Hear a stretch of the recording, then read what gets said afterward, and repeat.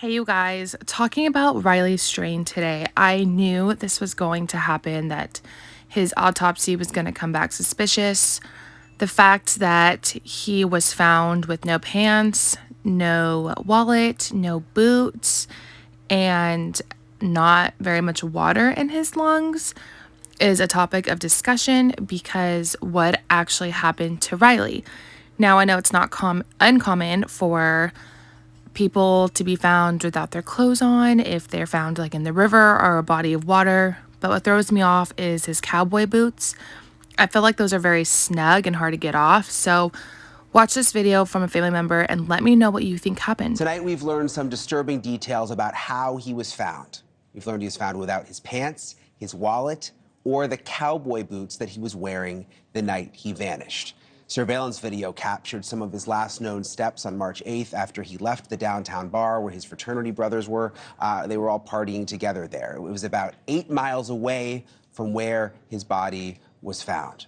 His disappearance mobilized an army of loved ones and strangers alike banding together to look for signs of Riley before the search came to a tragic end. A preliminary autopsy found no signs of foul play in his death, but the family is not completely satisfied tonight. They have ordered a second autopsy with even more tests that will potentially give us more insight into what happened.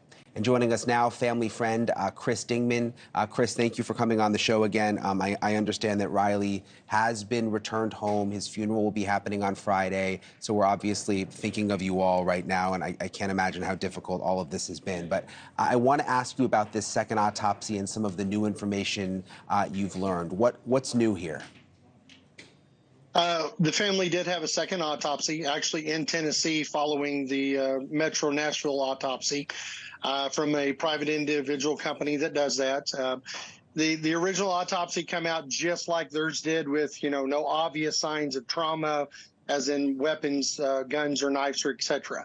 But they were able to do a little bit more testing on specific items. One thing that threw the family for a loop was, the coroner going on record with a news person in Nashville stating about the lack of water in his lungs.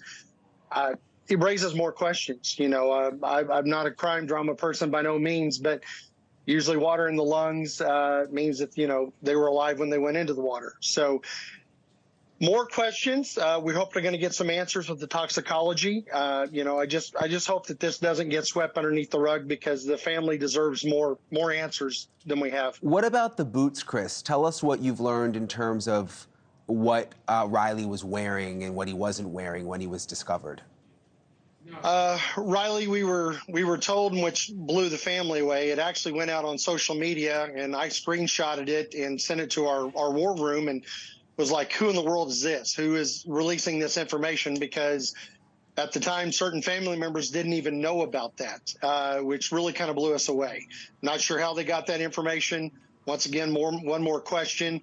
But yeah, unfortunately, the only thing that was found with him, as the police stated in the report, was the watch and the shirt. Everything else was not with him when he was found. And if you can describe the boots that he was wearing, because that could end up being significant. His mother was pretty sure they were Justin's, and they were a square nose style cowboy boot, kind of a flat color.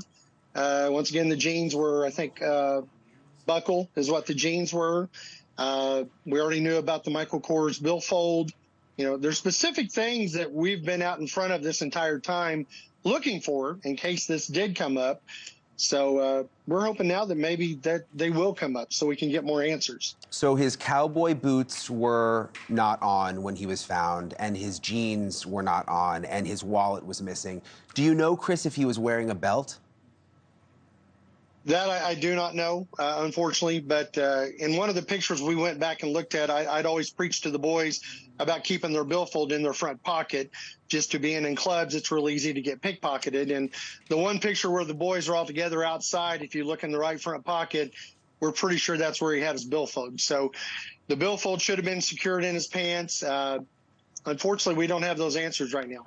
Last time we spoke, you mentioned that police had told the family, this was right after his body was discovered, that there were still some people that they wanted to talk to. We know there's a homeless sort of camp in that area. Have they been able to talk to those people? Have you learned any more on that front? We have not been notified. Actually, one of the people of interest, a little bit after an hour Riley was found, I was back at that scene and just happened to see that person.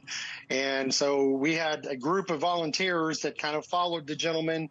We called the police, let them know that we had found him because we hadn't been notified they had talked to yet, and was told by the police that, that was no longer a person of interest.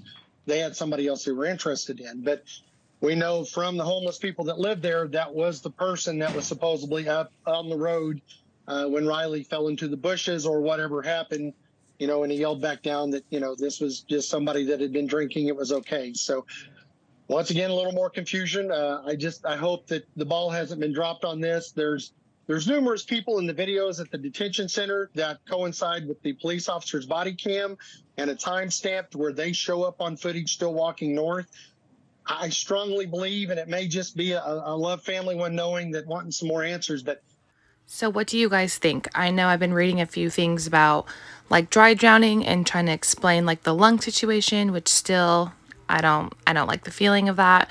But these boots throw me off. Like how much can they really stretch? What do you guys think? I don't know. I feel like his boots are pulled off.